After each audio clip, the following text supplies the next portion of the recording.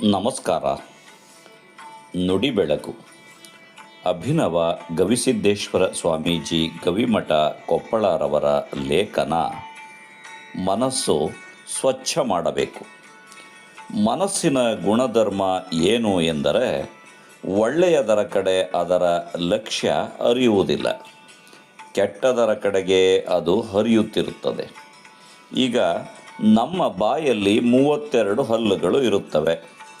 ಒಂದು ಹಲ್ಲು ಬಿದ್ದು ಹೋಯಿತು ಅಂದುಕೊಳ್ಳಿ, ನಾಲಿಗೆ 31 ಹಲ್ಲುಗಳ ಕಡೆ ನೋಡುವುದಿಲ್ಲ, ಬಿದ್ದ ಹಲ್ಲಿನ ಜಾಗಕ್ಕೆ ಹೋಗುತ್ತಾ ಇರುತ್ತದೆ. ನಮ್ಮ ತಲೆಯ ತುಂಬ ಕರಿ ಕೂದಲು ಇದ್ದರೂ ಅದರ ಕಡೆ ಗಮನ ಹೋಗುವುದಿಲ್ಲ, ಹೋಗುವುದು ಒಂದೇ ಒಂದು ಬಿಳಿ ಕೂದಲಿನ ಮೇಲೆ.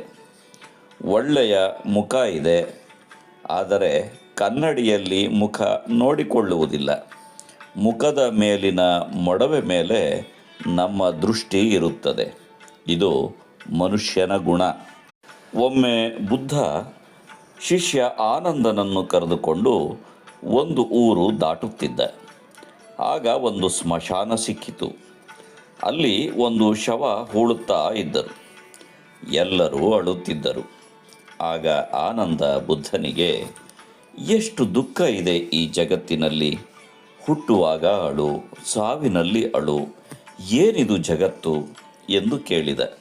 ಆಗ ಬುದ್ಧ, ನೀನು ಅಳುವವರನ್ನು ನೋಡುತ್ತಿದ್ದೀಯ. ಒಂದು ಸಮಾಧಿಯ ಬಳಿ ಅವರು ಅಳುತ್ತಿದ್ದಾರೆ. ಅದರ ಬದಿಗೆ ಇರುವ ಇನ್ನೊಂದು ಸಮಾಧಿಯ ಬಳಿ ಒಂದು ಹೂವು ಅರಳಿ ನಿಂತಿದೆ, ಅದನ್ನು ನೋಡು.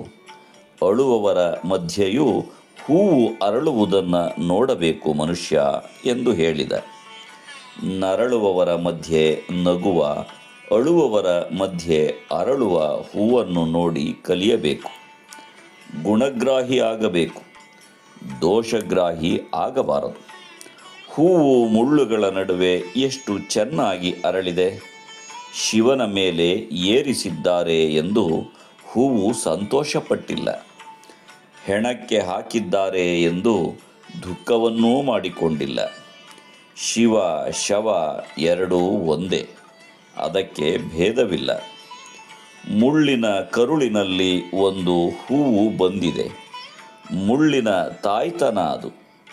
ಕೆಟ್ಟದ್ದು ಕಾಣುತ್ತದೆ ಎಂದು ಕಣ್ಣು ಮುಚ್ಚಿಕೊಂಡು, ಕೆಟ್ಟದ್ದು ಕೇಳುತ್ತದೆ ಎಂದು ಕಿವಿ ಮುಚ್ಚಿಕೊಂಡು, ನಾಲಿಗೆ ಹಿಡಿದುಕೊಂಡು ಬದುಕಲು ಆಗದು. ಹಾಗಾದರೆ ಏನು ಮಾಡಬೇಕು?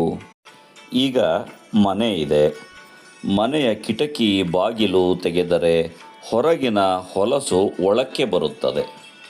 ಹೊಲಸು ಬೀಳುತ್ತದೆ ಎಂದು ಮುಚ್ಚಿದರೆ ಬದುಕಲು ಆಗುವುದಿಲ್ಲ. ಕಿಟಕಿ ತೆಗೆಯಬೇಕು, ಹೊಲಸು ಬರುತ್ತಿರಬೇಕು. ಬಂದ ಹೊಲಸನ್ನು ಸ್ವಚ್ಛ ಮಾಡುತ್ತಿರಬೇಕು. ಇದು ಜೀವನ. ನಮ್ಮ ದೇಹ ಅನ್ನೋದು ಒಂದು ಮನೆ.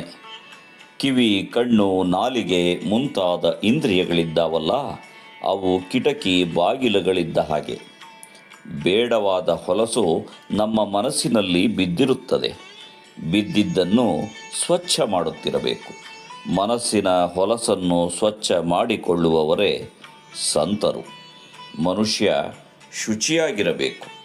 ನಮ್ಮ ಜೀವನ ಶುರುವಾಗುವುದೇ ಸ್ವಚ್ಛತೆಯಿಂದ.